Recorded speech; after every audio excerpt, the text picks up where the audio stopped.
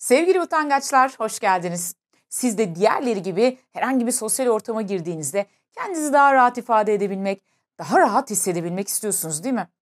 Bakmayın siz dışa dönük böyle daha girişken insanların sanki toplum tarafından daha çok takdir görüyormuş gibi olduğuna. Aslında sizler de en az onlar kadar yeteneklisiniz ve emin olun bu işi sizler de en az onlar kadar iyi yapabilirsiniz. Peki ama bunun yolları nelerdir? Bununla ilgili öneriler nelerdir? İşte bu videoda bunlardan bahsedeceğiz. Biliyor musunuz ben ortaokula kadar son derece sessiz, çekingen, içine kapanık bir çocuktum. Hatta ilkokul öğretmenim neden bu kadar içine kapanık olduğumla ilgili olarak annemi görüşmeye çağırmıştı. Canım öğretmenim, Meral öğretmen. Selamlar olsun ona buradan. Evet, bunu neden anlatıyorum merak etmeyin, bu videoda size kendimi anlatacak değilim. Ancak bunu anlatmamın sebebi şu. Sosyal beceriler aslında geliştirilebilir ve öğrenilebilir beceriler. Dolayısıyla eğer siz de bu işe yeterince çaba harcarsanız siz de istediğiniz gibi o utangaçlığı yenebilir ve sosyal olarak kendinizi daha rahat ifade edebilirsiniz. Peki bunun yolları neler? Bunun bilimsel önerileri neler? Aslında bu konuyla ilgili en etkili tekniklerden bir tanesi üstüne gitme tekniğidir, biliyorsunuz. Üstüne gitme tekniğinde evet kendimizi zorlayacağız ve diğer insanlarla daha fazla iletişim kurmaya başlayacağız. Bunun için ufak adımlarla ve önce kolay olandan başlayacağız. Önce bizim için daha tanıdık olan insanlardan başlayacağız. Ardından bu işi gitgide tanımadığımız insanlara doğru genişleteceğiz. Bunun için ne yapabilirsiniz? Mesela apartmanda oturuyorsanız eğer ya da ne bileyim simayen tanıdığınız ancak birebir direkt olarak tanışmadığınız insanlar belirleyin. Bu insanlarla karşılaştığınız zaman öncelikle gülümseyerek selam vermekle işe başlayın. Halihazırda zaten selam vermiyorsanız tabii. Ardından bu insanlarla çeşitli sorular sorarak olabilir, günlük küçük sohbetler olabilir, minik minik sohbetler açmaya başlayın. Dediğim gibi bu insanlar sizin zaten tanıdığınız simayen, onların da sizi tanıdığı ancak daha önce çok derin sohbetler etmediğiniz insanlar olacak. Bakın bunu yapmaya başladıkça yani mesela her gün kendinize yeni bir hedef belirleyebilirsiniz. Bugün şununla sohbet edeceğim, bugün onunla sohbet edeceğim gibi. Yaptıkça bir de bakacaksınız ki artık kendinizi daha rahat hissetmeye başlıyorsunuz. Tabii iş bununla bitmiyor. Simayen tanıdığımız insanlarla ufak sohbetler açmayı başardık. Sırada tanımadığımız insanlar var. İkinci aşamada tanımadığınız insanlarla onlara belki biraz soru sorarak, mesela bir yeri tarif etmeleri olabilir, başka herhangi bir küçük istek olabilir ya da halini hatırını sormak olabilir, küçük sohbetler açmaya başlayacaksınız. Bu kişiler örneğin mahallenizdeki bir esnaf olabilir. Yani işlerin nasıl gittiğini sorabilirsiniz, başka bir soru sorabilirsiniz. Hiç tanımadığınız insanlara soru sorarak başlayacaksınız. Ardından da bu sorular yerini minik sohbetlere bırakacak. Aslında bu konularda kendini geliştirmenin en iyi yollarından biri erkenden iş hayatına atılmaktır. Şu anda öğrenci olabilirsiniz, yaşınız belki daha küçük olabilir ancak yine de yapabileceğiniz işler vardır. Bakın anket elemanlığı olabilir, broşür dağıtmak olabilir, ne bileyim promosyon elemanlığı vesaire olabilir. Bu gibi işlerde yaşayacağınız her zorluk size bir sürü şey öğretecek ve inanın bana gelecekte yaşıtlarınızdan hep bir adım daha önde olacaksınız. Biliyor musunuz ben lisedeyken Ankara'nın merkezinde Kızılay'da sokaklarda bir çevre gazetesi satıyordum. Düşünsenize hem tanımadığınız insanları yoldan çeviriyorsunuz, onlarla konuşuyorsunuz hem de onlara bir şey satmaya çalışıyorsunuz. Tabii ki ilk başlarda oldukça zorluk yaşadım. İnsanların tepkisizlikleri ya da tam tersine kaba saba tepkileri ilk etapta beni birazcık aşağıya çekse de yine de inat ettim, devam ettim ve sonunda yaşadığım tüm bu zorluklar aslında bana sosyal becerilerimi geliştirmek adına bir fırsat oldu. Bu yüzden eğer yapabiliyorsanız bir işte çalışmanızı tavsiye ederim. Utangaçlığın en büyük sebeplerinden biri de başkaları benim hakkımda ne düşünür? Ya kendimi aptal konumuna düşürürsem? Ya benim hakkımda kötü düşünürlerse gibi kaygılardır. Dostlar, inanın bana herkesin merkezinde kendisi var. Herkes en çok kendisini düşünüyor. Dolayısıyla kimse bütün gün oturup sizin davranışlarınız hakkında düşünmüyor. En kendini beğenmiş gördükleriniz dahi içinde ne yaralar taşıyor bir bilseniz. Herkes kendi sorunlarıyla, kendi iç çatışmalarıyla uğraşıyor. Dolayısıyla bunu bilmek belki sizi biraz rahatlatabilir. Ayrıca herkes inanın bana sizin kendinizi yargıladığınız kadar acımasız bir şekilde sizi yargılamıyor. Biz en çok kendimize karşı kabalaşıyoruz genellikle. Arada belki bunu yapan birkaç tane densiz çıkabilir ama onlar da azınlıktadır zaten. Şunu da unutmayın. Kimse mükemmel değil ve zannettiğimiz, gözümüzde büyüttüğümüz kadar değiller. Özellikle kalabalıklar karşısında sunum yapan insanlar ya da kalabalık değildir de yüksek statüde bir insana karşı bir sunum yapmanız gerekiyordur.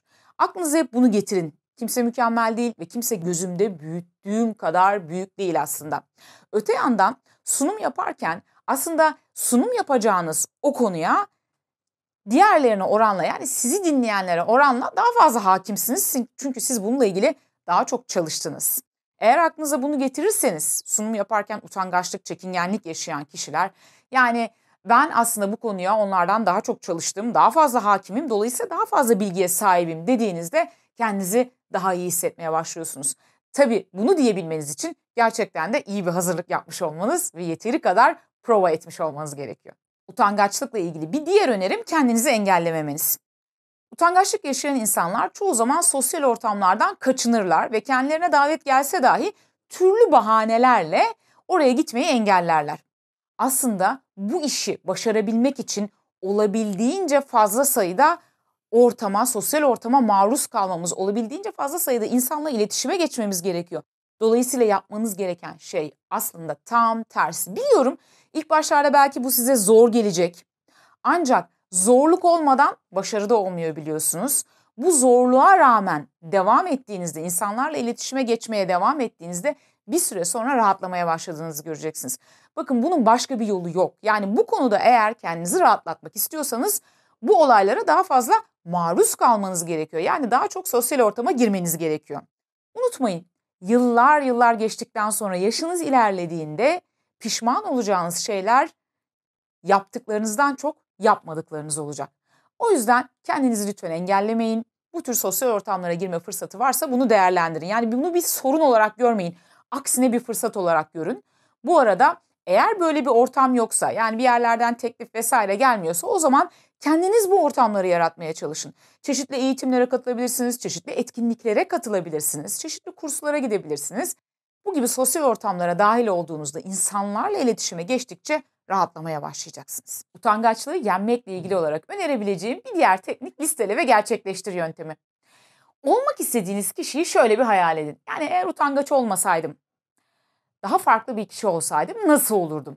Bu kişinin özellikleri neler? Bu kişi nasıl görünüyor? Neler giyiyor? Nerelere gidiyor? Hangi davranışları gerçekleştiriyor? Bu kişinin özelliklerini ve yaptığı davranışları tek tek yazın. Yani bir liste oluşturun. Utangaç olmasaydım ne yapardım listesi. Ya da olmak istediğim insan neler yapar listesi. Ardından bu listeyi oluşturduktan sonra bu listedeki maddeleri size göre kolaydan zora doğru sıralayın. Yani gerçekleştirilmesi en kolay olan hangisi, en zor olan hangisi? Bu sıralamayı yaptıktan sonra ise adım adım, teker teker, kolaydan zora doğru bu maddeleri gerçekleştirmeye başlayın. Bir diğer önerim beden diliniz, duruşunuz, mimiklerinizle ilgili olacak. Biliyor musunuz? Ruhunuzun bedeninizi etkilediği gibi bedeniniz de ruhunuzu etkiliyor. Yani sadece mimiklerinizi, duruşunuzu, bakışınızı değiştirerek daha fazla özgüven ve daha fazla rahatlık, iyi hissetme ile ilgili hormonların salgılanmasına sebebiyet verebilirsiniz. Ve hatta stres hormonunun salınımını azaltabilirsiniz. Peki ama bu nasıl oluyor? Bunun detaylarını 2 dakikada modunu yükselt videomda anlatıyorum. Şuradan ulaşabilirsiniz o videoya ve açıklama kısmından ulaşabilirsiniz. İşin bilimsel altyapısı nedir? Nasıl oluyor da bir duruş, bir gülüş, bir bakış hormonları etkileyebilir? Bunun detayları o videoda. Gelelim utangaçlıkla ilgili nasıl durmanız gerektiği ile ilgili önerilerime.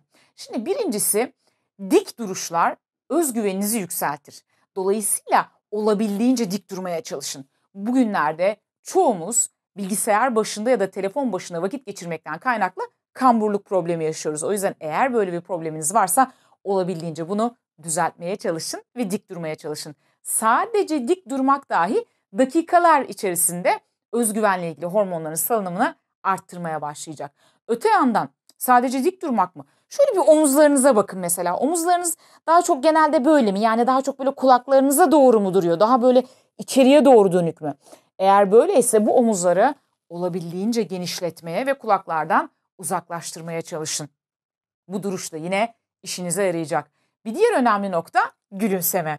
Gülümseyen insanlar her zaman dışarıdan daha özgüveni yüksek, daha profesyonel olarak algılanırlar ve insanlar gülümseyen insanlarla iletişime geçmeyi her zaman daha fazla tercih ederler. Kendinizden bilin. Yani yeni bir ortama girdiğinizde ilk kimin yanına gidersiniz? Kim daha çok gülümsüyorsa onun yanına daha rahat gideriz. Dolayısıyla insanlar da sizinle daha rahat iletişime geçebilirler gülümsediğinizde. Ortada hiçbir sebep yokken bile hafif bir gülümseme, tabii ki kahkahalar atmaktan ya da alaycı bir gülümsemekten bahsetmiyorum. Burada ne demek istediğimi anlıyorsunuz. Hafif bir gülümseme sizin kendinizi daha iyi hissetmenizi sağlayacak ve diğer insanların da size yaklaşmasını kolaylaştıracak. Bununla ilgili yapılmış çalışmalarda deneklerin ağzına bir kalem verilerek şu şekilde durmaları sağlanıyor, gülümsüyormuş gibi ve dakikalar içerisinde hormonlarının değiştiği, daha iyi hissetme ile ilgili hormonların yükselirken stresle ilgili hormonların azaldığı görülmüş. Dolayısıyla beden dilini değiştirmeye başladığında daha iyi hissetmeye başlayacaksın. Ayrıca diğer insanlarla iletişim kurarken dikkat edersen özgüvenli insanların çoğu diğer insanların gözüne bakarak iletişim kurarlar. Olabildiğince tabii ki karşıdaki insanı rahatsız etmeyecek derecede diğer insanlarla göz kontağı kurarak onlarla iletişim kurmaya çalış. Onları dinlerken ve onlarla konuşurken gözüne bakmayı ihmal etme. Utangaçlıkla baş edebilmek için acımasız iç sesini de yönetmeyi öğrenmelisin. Acımasız iç ses derken hani şu sürekli içinden konuşan ve seni azarlayan, seni yargılayan o ses var ya, işte ondan bahsediyorum. O sesi nasıl yönetebileceğinin detaylarını ise yine buradaki videomdan öğrenebilirsin. Tüm bu videoları açıklama kısmına da ayrıca ekleyeceğim. Utangaçlığın bir diğer sebeplerinden biri de kişinin aslında içten içe kendini değersiz hissetmesidir. Değersizlik duygusu yaşayan insanlar kendilerini değerli hissedebilmek için başkalarının onayına çok fazla ihtiyaç duyarlar. Bu yüzden onların ne düşündüğü çok önemlidir. Peki değersizlik duygusuyla baş etmek için neler yapılabilir?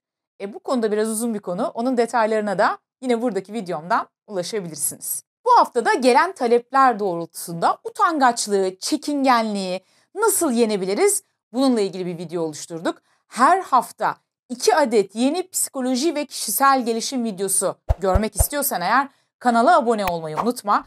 Ayrıca video ve kanalla ilgili yorumlarını aşağıya yazarsan bizi yine desteklemiş olursun. Diğer videoda görüşmek üzere. Kendine iyi bak. Unutma, sen değerlisin ve sen de yapabilirsin.